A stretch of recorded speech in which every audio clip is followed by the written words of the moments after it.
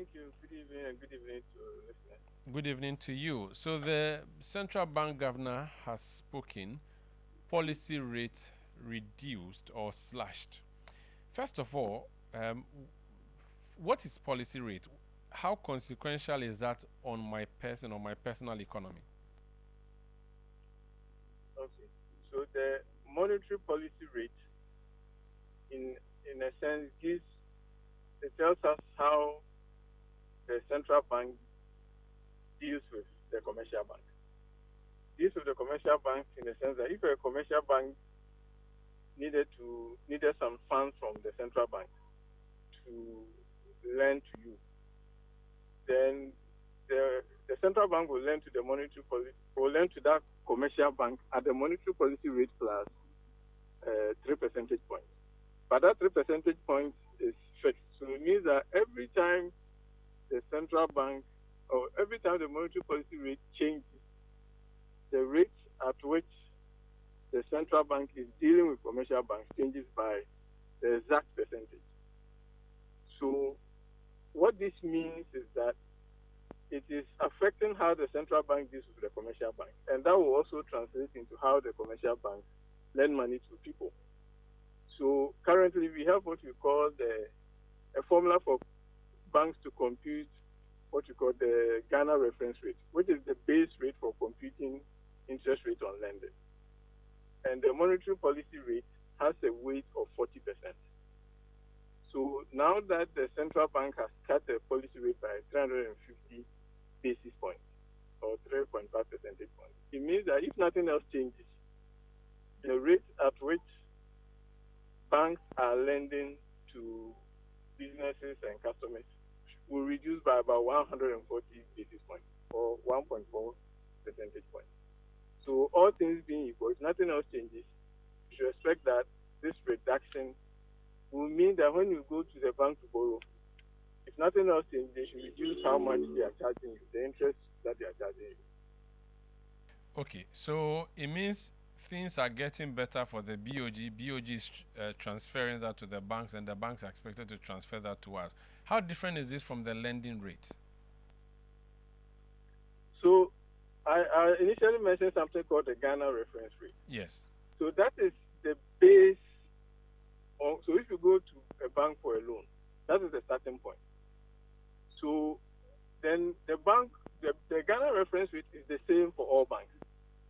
So when you or I go to the bank to look for credit, they will start from there. And then they will assess your own credit worthiness, the likelihood that you default. And then they will add a risk premium to it. And that will be the lending rate you face.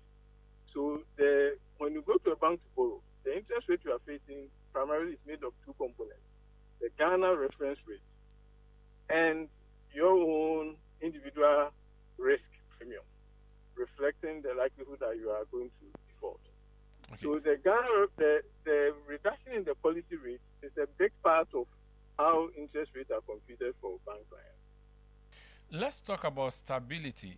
Is it not too early for the BOG to do this, considering that even though the Cedi has been stable, there are watchers who think, well, there's still some volatility in the background which may be triggered very soon.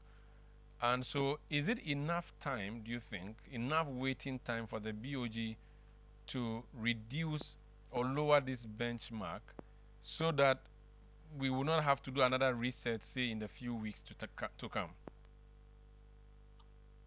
So you have to understand that even before this reduction, this 350 basis points reduction, in the previous meeting, there was also a 300 basis points reduction.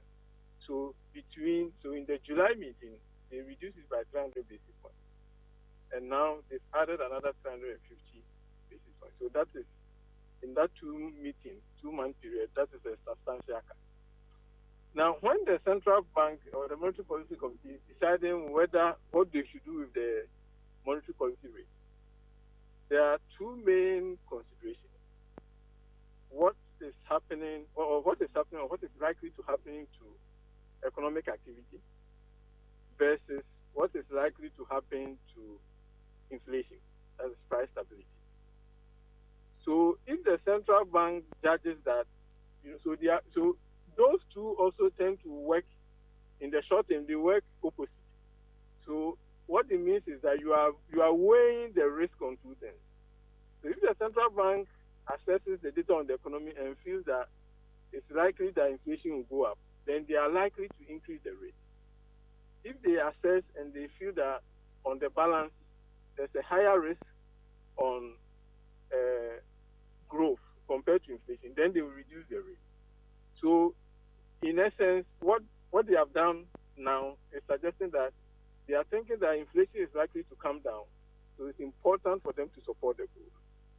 Now, to your question, I think that if you look at the data we are seeing now, the economy is growing faster than expected. If you look at the growth that has been released, the growth number that was recently released by the Ghana Statistical Service, the economy grew the fastest it has grown since 2019. At the same time, however, the inflation rate is also coming down.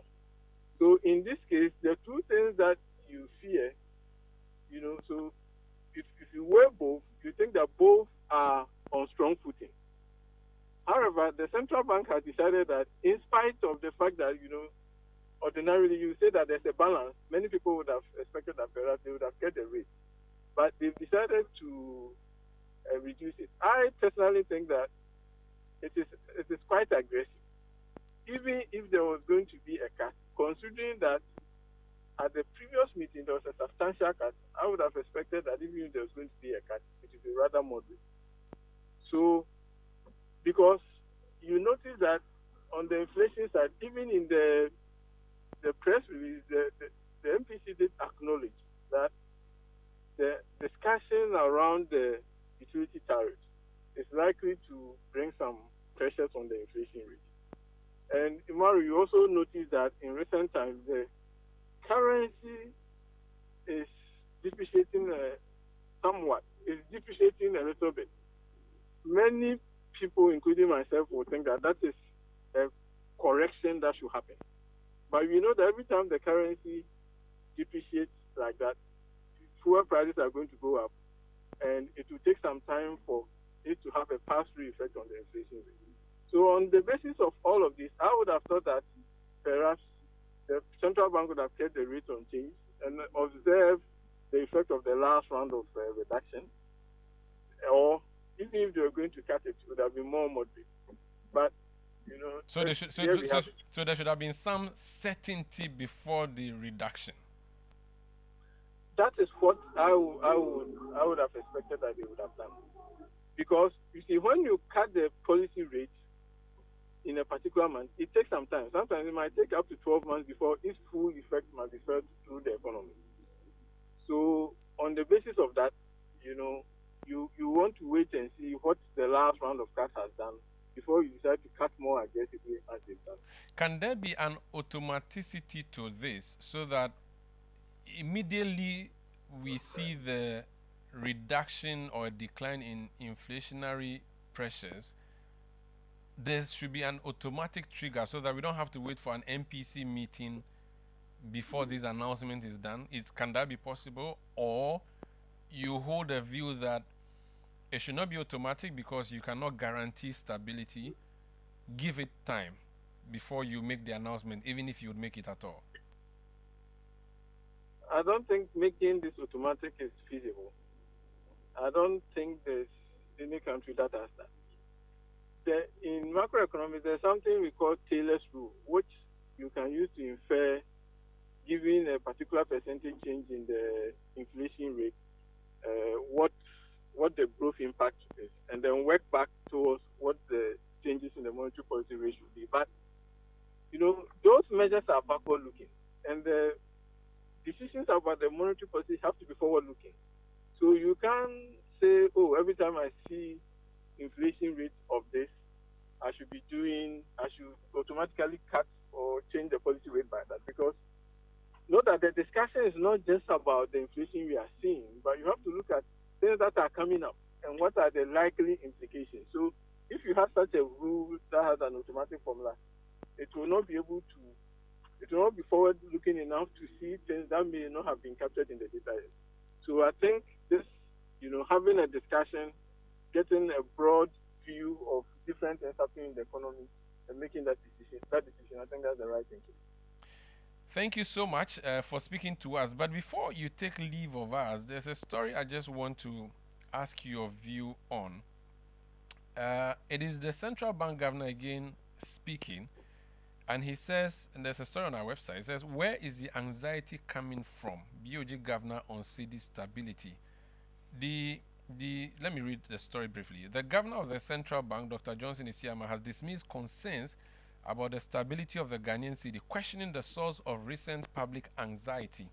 Speaking to journalists at the end of the 126th MPC meeting on Wednesday, September 17, he said the central bank has taken firm steps to ensure macroeconomic stability and has more than enough foreign exchange reserves to support the cedi, especially as the country moves into the final quarter of the year. Quote, no one should be anxious. I don't know where the anxiety is coming from. We have enough reserves to cover imports in the fourth quarter as the Christmas festivities approach, unquote, he said. Now, to add my own bit to this question, there are many people who are saying, oh, don't mind this government. They have not paid contractors. They've not started making payments. That's why we are seeing the cedi behave the way it is.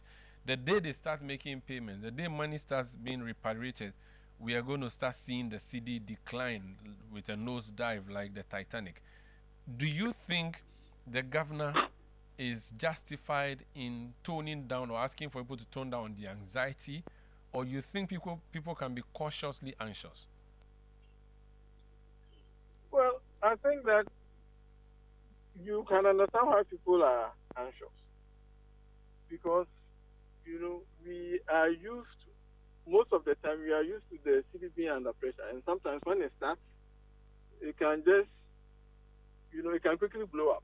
So, and because we have seen this consistently over the years, every time the cedi starts depreciating, you start seeing this kind of anxiety. In some sense, the governor's assurance is probably warranted, because if you look at our reserve position, and our reserve position is in essence the excess of the dollars we have obtained from exporting and other things versus the dollars that we have expended importing. So if you have a lot of those kind of reserves, it means that the central bank is in a very strong position to support the cedi when it comes under the pressure. And I think the current reserve position is the strongest we've had in a very long time. So in terms of the central bank being in a position to support the cedi, if it comes under extreme pressure, they are well armed to be able to do that. So you understand why the governor is saying, well, we have no reason to be anxious. But I think in some sense, much of it is being brought on by the way the central bank allowed the currency to appreciate so quickly. Because, to allow the currency to appreciate that sharply over a short period of time, when it was obvious that we couldn't sustain holding the dollar at 10 cedis, was something that's really coming back to bite. So the recent appreciation that we are seeing, depreciation of the cedi that we are seeing, is more or less a correction, because the appreciation went too far. So, you have read that the IMF and the World Bank has been cautioning the BOG to minimize the intervention. So, minimizing that intervention and allowing the cedi to self-correct is part of the reason why we are seeing the depreciation. But this is controlled, because the BOG is not going to allow it to depreciate as quickly as we used to see. So I think that is where the assurance should be taken. The public should take the assurance. But, you can also understand the anxiety, because, as you know, when the cedi starts depreciating, it can be very severe. But I think on this occasion, the BOG is in a very strong position to prevent that kind of sharp depreciation, and therefore the public should listen to what the governor is saying. Prof, thank you so much for taking us to the classroom. You are welcome. Have a good evening.